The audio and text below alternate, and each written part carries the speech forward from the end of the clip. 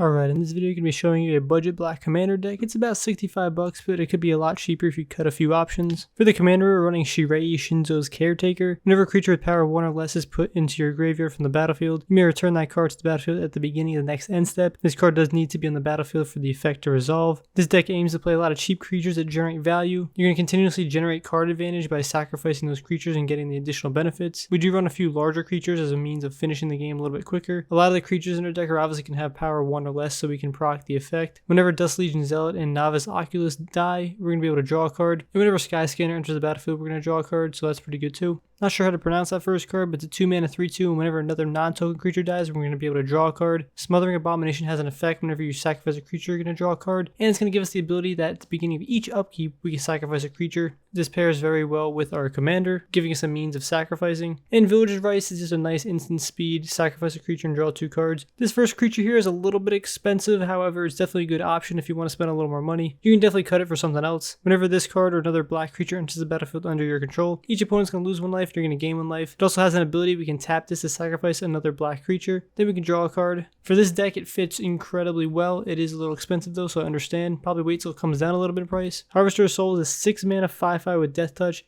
And whenever another non-token creature dies, we get to draw a card. With our commander, we're going to try to want to exploit as much of that drawing as we can because we can additionally draw a couple of cards each turn. Both of these cards have the same effect. Whenever a creature dies, target opponent's going to lose 1 life and we get to gain 1 life. Just a good way to get a nice 2-point swing. These cards have the same effect also. Whenever they die, they're going to deal 2 damage to each opponent. However, the Scorpion's also going to generate us some life. Whenever the Gray Merchant enters the battlefield, each opponent's going to lose X life or X devotion to black. We will have a lot of creatures on the battlefield, so this devotion should be quite large. We cannot recur this because it has 2 power, not 1, but it's still a nice card at the top end of the curve. The other card has an effect whenever another creature dies, or a creature card is put into a graveyard from anywhere other than the battlefield, or a creature card leaves your graveyard. This card is going to deal 1 damage to each opponent. This card fits incredibly well with this deck because we will be destroying our creatures, which causes them to enter the graveyard. However, they also will leave the graveyard at the beginning of the next end step and come back to the battlefield, so we will be getting a lot of additional triggers as long as our commander's on the battlefield. When these cards die, they're going to make our opponent discard a card or exile a card from their hand. Some of these next cards are going to allow us to get some tokens. When Doom Dissenter dies, we're going to create a 2/2 zombie. The High Priest has an ability Morbid, so if a creature died, we can tap this. Tap 2 untapped creatures we control, we create a 5/5 demon. We will be sacrificing a lot of our creatures in this deck, so we can proc this almost every turn. The Weaponcraft Enthusiast is nice because whenever it enters the battlefield, we can create 2 tokens. We are going to want to choose that effect, this way when it does die, it will be able to come back to the battlefield. Ogre Slumlord is 5 mana 3/3. It's going to give all of our rats Death Touch, and whenever another non-token creature dies, we're going to create a 1/1 black rat. So as we sacrifice our creatures, we're just going to get more value out of it. Marionette Master is similar to the other card, but it's the same thing with Fabricate. We're going to be able to summon a lot of additional tokens when it comes back to the battlefield because it has power of 1. Whenever another non-token creature we control dies, we're going to create a 2/2 black zombie token if we have Open the Graves on the battlefield. Dreadfast Demon's a little expensive with 7 mana, however it's a 6/6 with flying.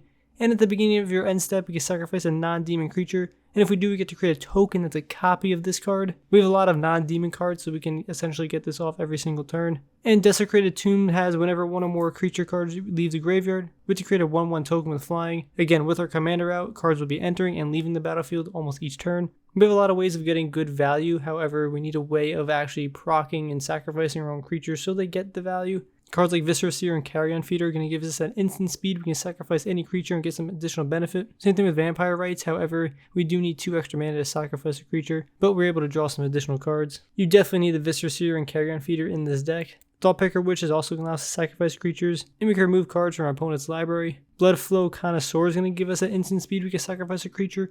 What's also great about all the cards that we talked about so far in the sacrificing theme, we can recur them because they have power 1 or less. The next creature can be tapped and we can sacrifice 2 creatures. Then we can turn a creature from our graveyard to the battlefield. Whenever the Retriever dies, we're going to return target artifact from our graveyard to our hand. Hell's Caretaker is a little expensive, but it's super good. It's a 1/1 creature that has tap, sacrifice a creature, return target creature card from your graveyard to the battlefield. We do run a lot of larger creatures, not just 1/1s.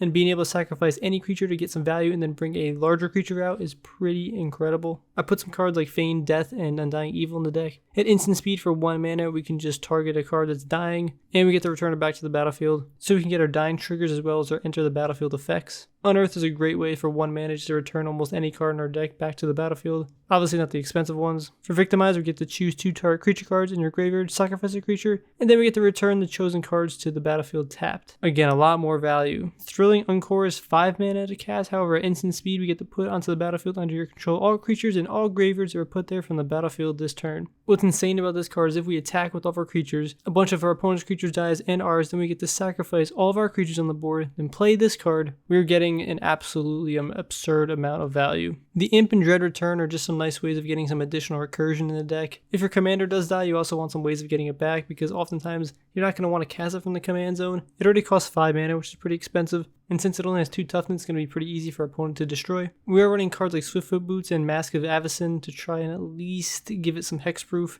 The commander is very weak, so we need some ways of protecting it. Diabolic Tutor is a nice card to throw in any black deck. You search a library for a card, put it under your hand. Bone Shredder and Abyssal Keeper are nice removal pieces that can be continually recurred. Mutilate's going to make all creatures get -1/-1 to the end of turn for each swamp we control. Since we are running mostly only swamps, this will be a pretty big number. Big Game Hunter is going to allow us to deal with some larger creatures. And the Butcher is expensive as 7 mana, however whenever this card or another creature we control dies, each opponent is going to sacrifice a creature. Super spicy if we're sacrificing all of our creatures, we're also going to make our opponent sacrifice creatures, which is definitely going to hurt them a lot more than us. Tragic Slip, Defile, and Bone Shards are nice ways of removal that are really cheap. Same thing with Doomblade and Hero's Downfall, just some more removal. So next up are some ramp cards.